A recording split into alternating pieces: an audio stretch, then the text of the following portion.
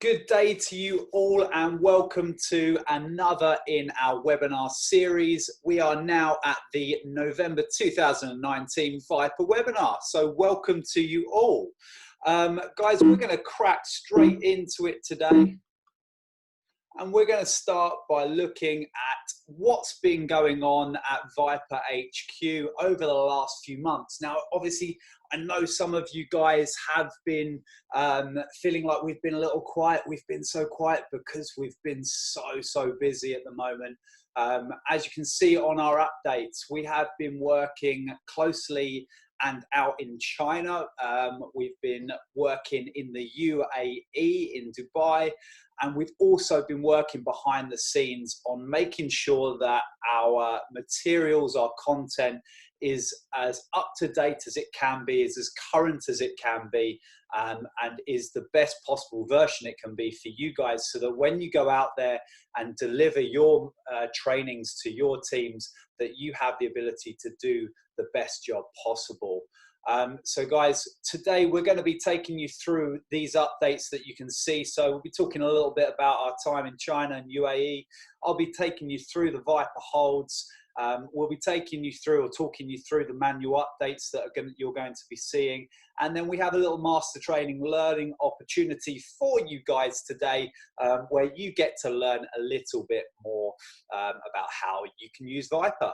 So guys, let's get on with it. So firstly, I was fortunate and privileged enough to be able to visit this 30 strong team in OneFit in China, courtesy of Unifitness and OneFit. And to be honest, guys, I was a little apprehensive going out to the potential of 30 new master trainers at once, but these guys absolutely rocked and smashed the days. Their endurance and their ability to take on information quickly was phenomenal. I was really impressed, and also impressed with their level of understanding about loaded movement training and functional training. These guys did themselves proud at Master Camp Level 1. Now, I'm going out there next week to finish the job that we started and take the guys through Master Camp Level 2, at which point, hopefully, many of the guys that you see here on the screen will be fully fledged master trainers, part of our community, part of our team, and helping us to spread the message of ViPR and loaded movement training. Also, we have these fancy guys here. So I also have had the opportunity to spend some time in the UAE, in Dubai, with MeFit Pro. MeFit Pro are our distributors of ViPR education and tools in the UAE, and these guys have had a resurgence too. As you can see, we've got some fine potential master trainers here also. We've got guys not only from Dubai, but also from Egypt and also Saudi Arabia. And these guys have the opportunity to really cover the whole of the Middle East. So guys, we are continuing to spread our global community, continuing to grow our global community, which I think 10 years in and still being able to do that is absolutely a fantastic opportunity. Again, I was super impressed with the level of understanding and knowledge and application that these guys had. They really are a credit to the UAE and to the Middle East, as the Chinese were in their territory as well. We are really fortunate to have these guys on board with us, and hopefully these will be passing their video assessments soon as well. So look forward to updating you in the future with how these guys get on, and it's only a good thing to continue to grow our master trainer team. So guys, our next part is the fact that we have made some changes to our ViPR holds. We have clarified our ViPR holds as well, and I've put together a small video for you which will hopefully do the job of helping you to understand all of the ViPR holds now. So guys, check this out, take a little watch. So team, we're going to clarify all of our ViPR holds for both LMT1 and LMT2. Now, this board is more for my benefit than your benefit. You will now have a chance to see our full one-sheet document, which has all of the ViPR holds on it, which are more necessary for LMT2. In LMT1, you will notice that the appendix remains the same with the photographs, which do all of the holds in LMT1 justice. There have been a few tweaks to the descriptions of the names that we call them in LMT1. So make sure when you download your new manuals from the distributor portal that you take a look at the new names. I'm going to run through everything with you now and provide you a little bit of background where necessary. So we're going to kick this off in LMT1. It pretty much remains the same. We have our neutral hold first, which is holding the ViPR handles. We then can take it to wide hold. Now, when we're working wide hold, I always like to add the comment that it's better with the rigidity of the ViPR to hold the ViPR by the seam, by the spine of the ViPR. So from here, I get people to have a practice. It's more rigid here than it is through holding the middle of the ViPR. So that's something to be aware of. Then from there, we take it to a narrow hold. So that is holding the ViPR on the very inside of the two handles. And then from there, we take it up into what we call our front carrier. Our front carrier, we're looking to keep the elbows nice and wide, looking at placing our hands within the single grip. It doesn't matter how many fingers or thumbs or whatever you have in this grip, it's what's comfortable for the individual. There is always the option not to put fingers in the hole, but keep the front carrier with the hands on top of the ViPR. All are perfectly acceptable descriptions of the front carrier. From there, when we look at our one-hand hole, our single hand hole, we're looking at a cylinder on end, and we're also looking at now what we've reverted to calling a farmer's carry. We've called this a farmer's carry. You may have seen it as a shovel, a one-handed shovel grip.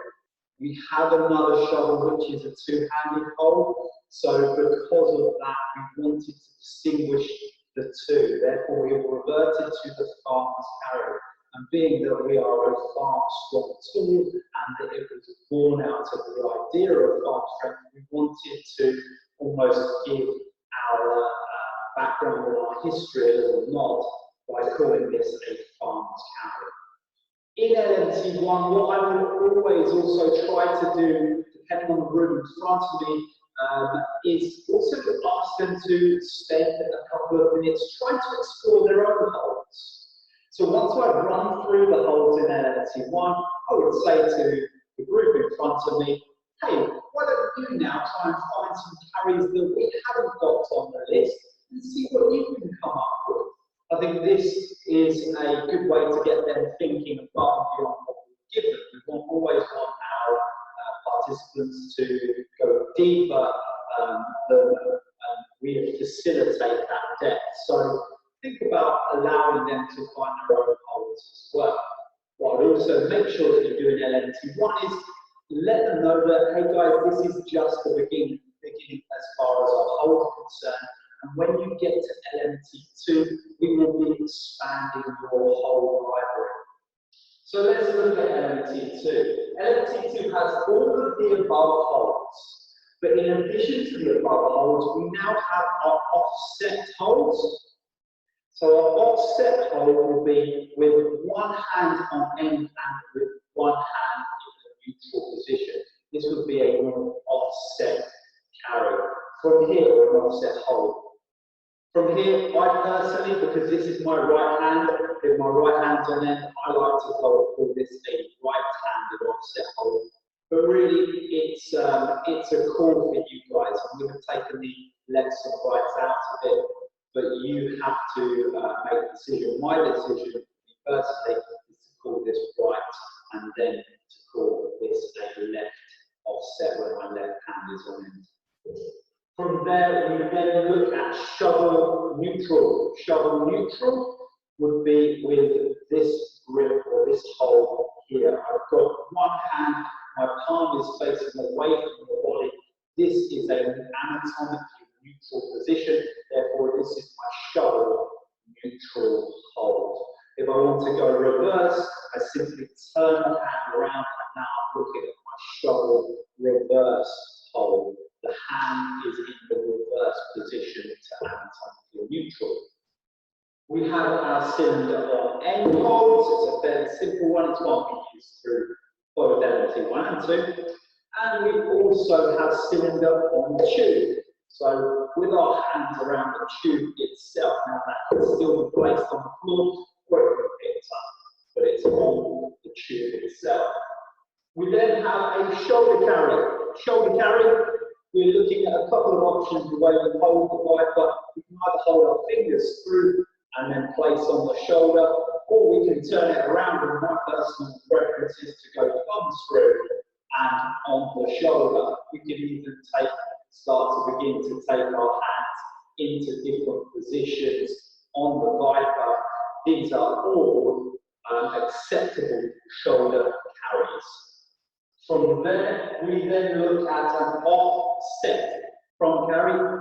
Our offset front carry, it's still up on the front of the chest like a front squat or any other front carry would be, but we're looking at one end long. So I'm holding through the one side of the two-handed side of the ViPR.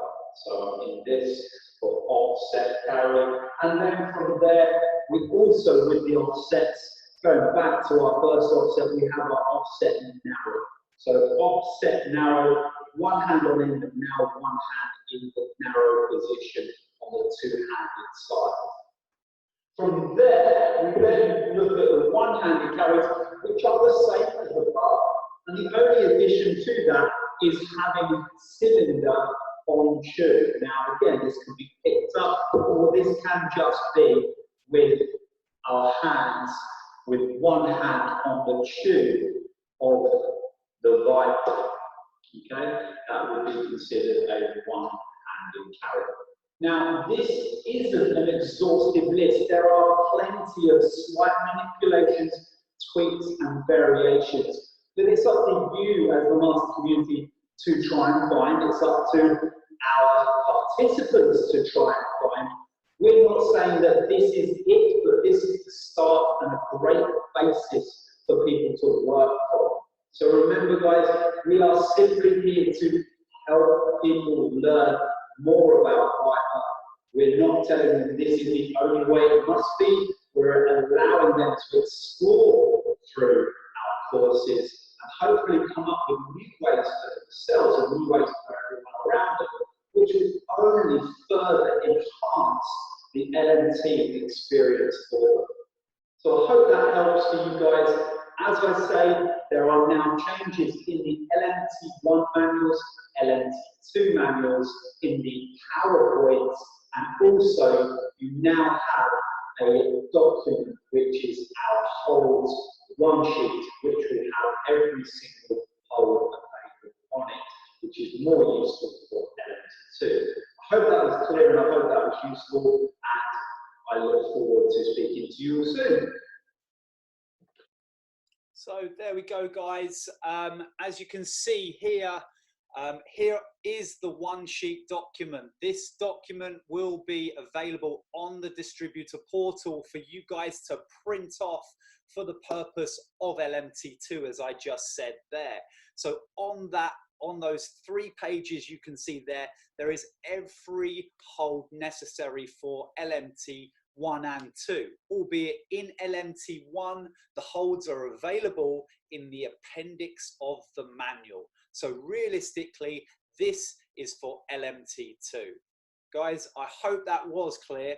If you do have questions, then please get in touch and ask me.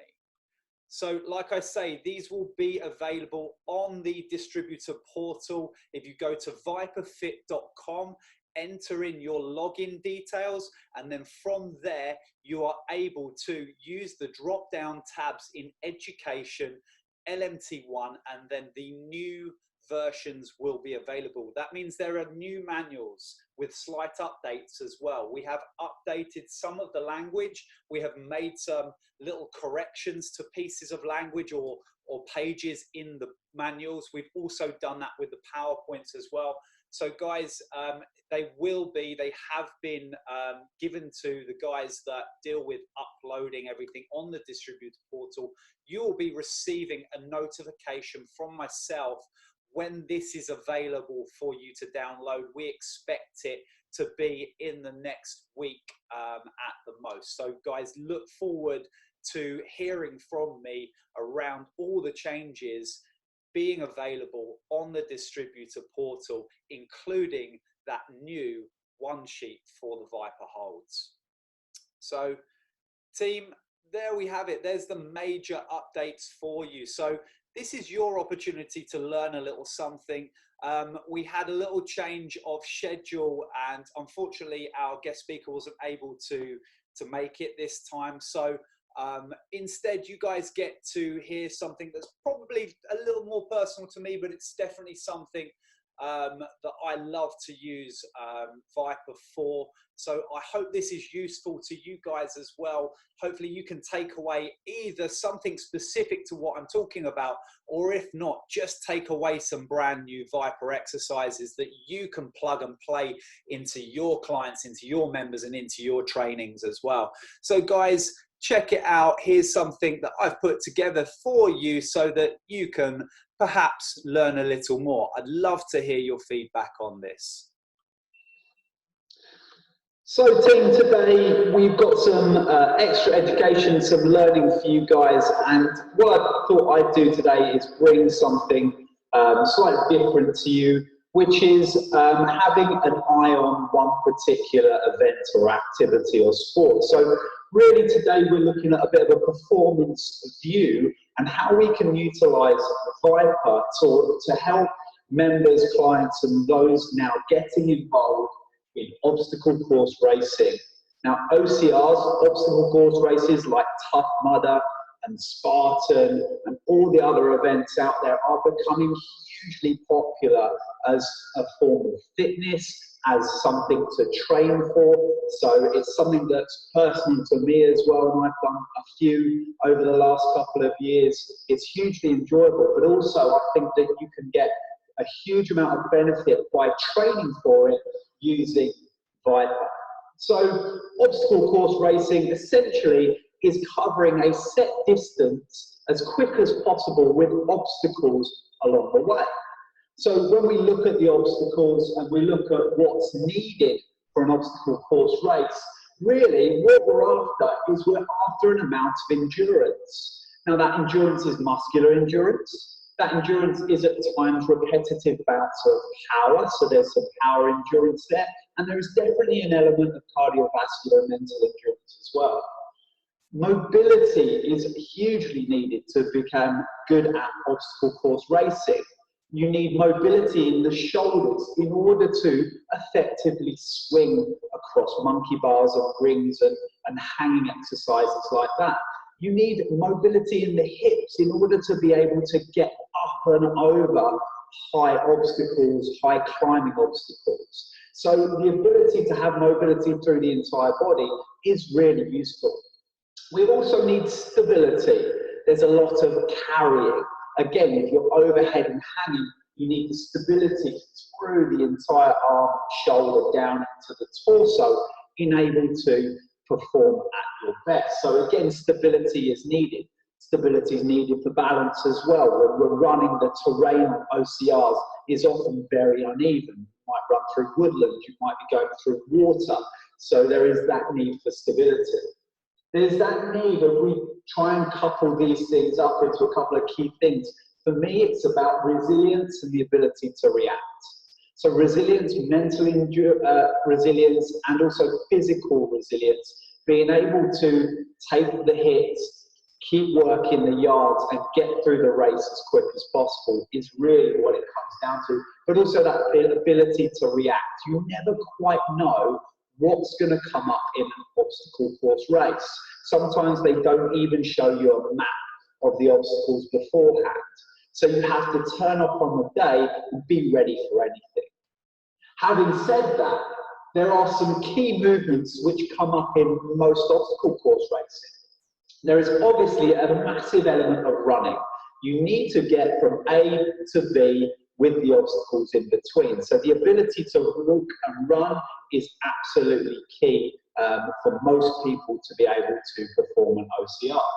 The ability to crawl, there is always an obstacle where you are getting under something, getting low, either crawling on your hands and feet or all the way down on your body in order to get under, let's say, a barbed wire or netted fence, or underneath a bridge, or underneath some water. So crawling is vital as well. Hanging, as we've said, is obviously vital for a lot of obstacles, whether it's a hang and a swing and getting from obstacle from ring to ring or bar to bar, or being able to swing, catch and pull yourself up as well. Carrying is also a huge element. You're often made to carry heavy boxes, logs, carry water cans, and carry all sorts of objects, you know, atlas stones, all that sort of stuff. But carrying also plays a big part. As you might have seen as well, a particular favourite of mine is the spear throw. So there's also a lot of throwing involved in Spartan and OCR races. So again, you've got to be able to have that skill.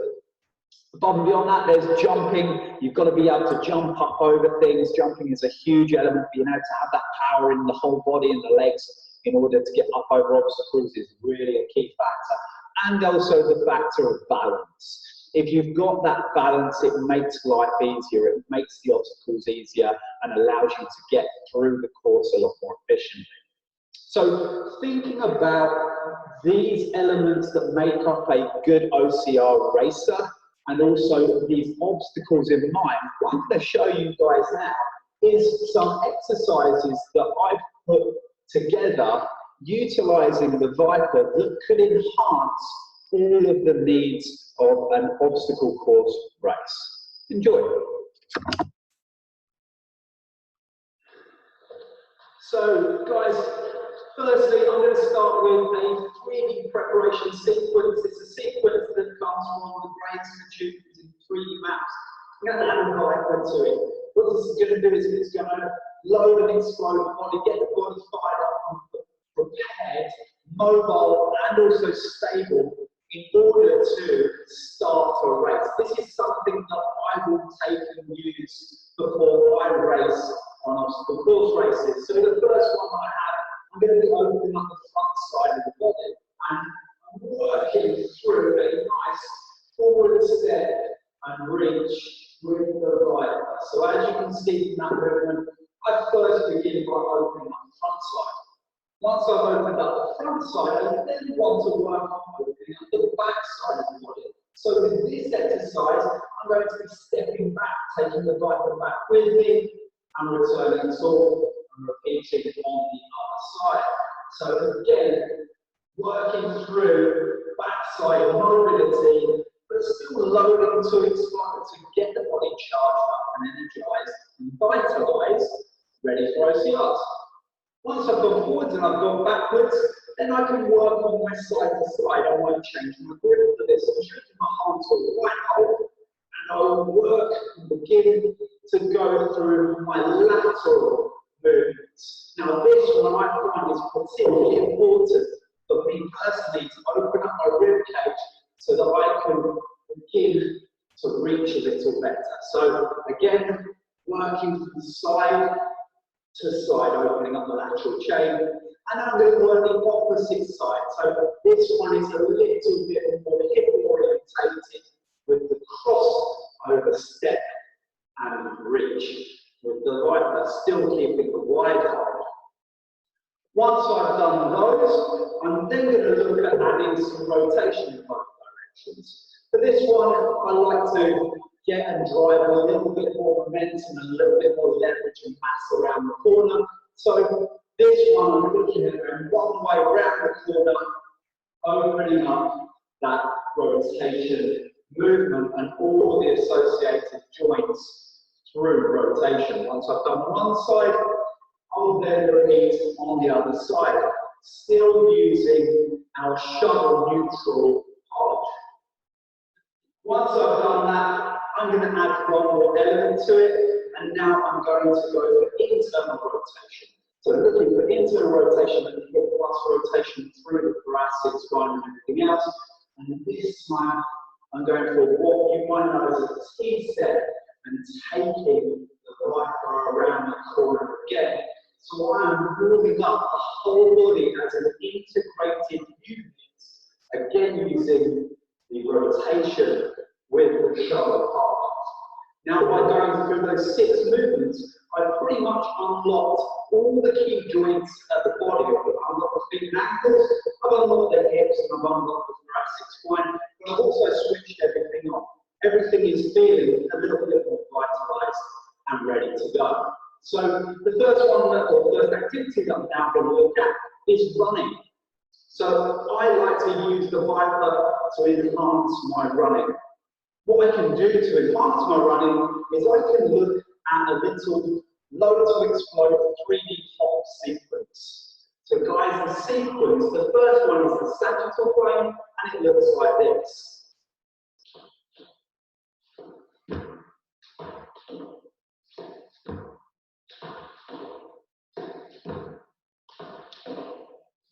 So I will repeat one side, and then I will perform on the other side. Now, as you can see, my shoulders are going in one direction as my hips come in the other direction.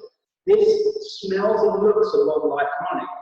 The ViPR is adding a little bit more mass and momentum, which is allowing me to work on and improve balance, stability, but also a bit of power as well, a bit more load to explode there, utilizing some serious ground force reaction. So I've worked forwards and backwards. I would also bring that side to side. Now, as I work side to side, my hips are going one way through rotation, and my arms are still going the other way. Now, we talk about the ability to react, the ability for the body to be resilient. Then we need to make sure that we work the body in 3D. So again, once I've done one side, I would then work on the other side, working the lateral hop sequence this time. Once I've done those, I've got one more direction that I can work through 3D, which is transverse. So as I hop round the corner in front, I'm driving my arms one direction and then the other. So this is my run sequence. You guys might want to do it at a disco all night. But again, working one side and then working the other side. Now those 3 exercises, obviously, as you can tell from my breath and my speech, they work the body hard. I'm almost working into my performance frame now. I'm definitely utilizing ground loading and gravity to my benefit to enhance the demand of my body. I'm working in 3D, and it smells and looks a lot like the needs of running. So that whatever terrain I'm running on, whether it be up, down, side to side, I've got the ability to react and be resilient.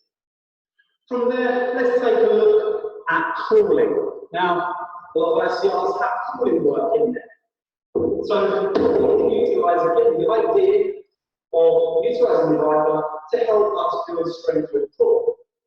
So, simple one here, from the crawl position, I can move the ViPR and then move my body. Move the ViPR and move the body. If I can work forwards, then I can certainly also work backwards. So again, working backwards this time. From there, if I can work forwards and backwards, I can work side to side. So with this one, drag and move. Drag and move sideways. If I can move sideways in one direction, obviously, I can do it in the same way on the way back. It's going to do some great endurance to the floor. I can also work round and round. The way that I'm going to do this is I'm now going to push and slide the ViPR underneath me using the narrow hole, and then I'm going to work around in a circle. So it looks like this for transverse.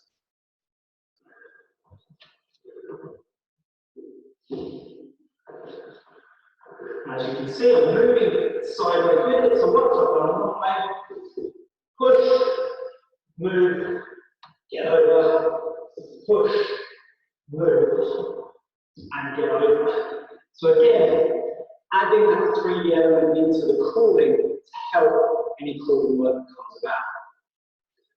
The third section, hanging. Now, hanging is a really intriguing one for you with ViPR because essentially you can't hang on the ViPR, but what I can do is work on my positioning, work on the leverage, the mobility and the stability of my shoulders. So I can do something as simple as taking my hands up overhead, working with a same side step and rotation.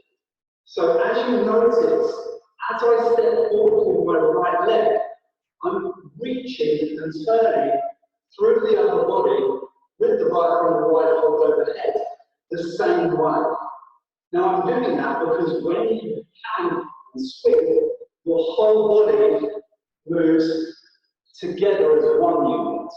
So I'm trying to mimic that and make it smell like that as I go. I can even take a walk with this exercise, so I can come from here to here, and I can work and start to mimic the needs for hanging with the arms overhead, building stability and also mobility through the shoulders and thoracic spine. Once we've done that, we can begin to look at some carry exercises. I think the great thing about the ViPR is we can carry it, hold it in so many different ways. So we can work with little shuttles. I could be running, holding any grip, shoulder carries or bucket carries, and I could be working around in any grip. I wouldn't even go to my farmer's carry and be working with this. If I can work forwards and backwards, I can also work side to side. Again, I can add some running patterns in, or I could do some lunges. If I can go forwards and backwards and side to side, I can go round and round. So again, guys, the options are limitless, and I can hold this in any way I see fit that replicates and changes the demand on the body for any carry exercise that may come at me in the course race. From there, I'm going to go back to some real movement mechanics, and I'm going to look at throw. So when I'm throwing, I'm thinking about a spear throw or pitchfork throw, then I'm thinking about the mechanics. But really, I'm going to look at how I load, because if I can load in the right way, then I'm more likely to be able to explode in the right way, accurately and with some power. Now, for this one, if I wanted to drive a little more stretch over the back side, I might start with my offset narrow grip. So I'm going to go offset narrow. From here, I can take a reverse step. I'm starting to find the mechanics that are needed to throw. I'm keeping my eyes on the target in front of me. I'm taking that little reverse transverse step that's going to allow me to explode. What I can then start to do is push the ViPR. So now I'm going to shift the ViPR at shoulder height with that offset narrow carry that allows me to load to then explode. So if I've got the load, I can then bring the explode to it. Load, explode. Load, explode. And it's up to you at what angle you want to explode with the shoulder. Now I just showed you there, straight over, round the side, we can also work under. Again, building that 3D resilience and reactability, strength and power through the shoulder in order to throw. From there, we can then look at jumps. I think jumps are absolutely vital for the exercises that are, or the tasks, the challenges that are in those OCR races. So being able to jump, if we want to load up our jumps a little more, we can begin. I can start in the middle hole here, in the single hole, and I can work front carry, jump. Now, if I wanted to 3D that up, and of course I do, I could make my jumps lateral jumps. And if I can make them lateral, I can make them forwards and backwards, and round and round. The options are endless. But what about it when you then start to work with offset grip, offset carries? This offset carry is pulling me out. I've now got the ability to load a little bit through one side and find a little bit more single side stability.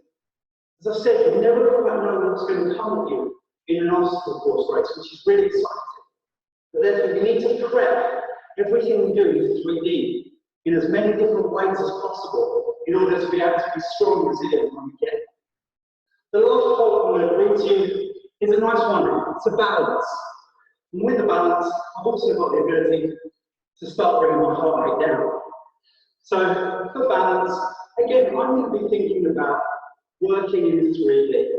Now, I can go for a single leg balance, and I can go for a touch on the floor and return on the floor. Now, this is just one example using my cylinder around tube hold. So I'm holding around the tube with two hands, and I can start working forward and backwards. Of course, I can work also side to side as well, because I want to be able to build balance and stability in the hip from all directions.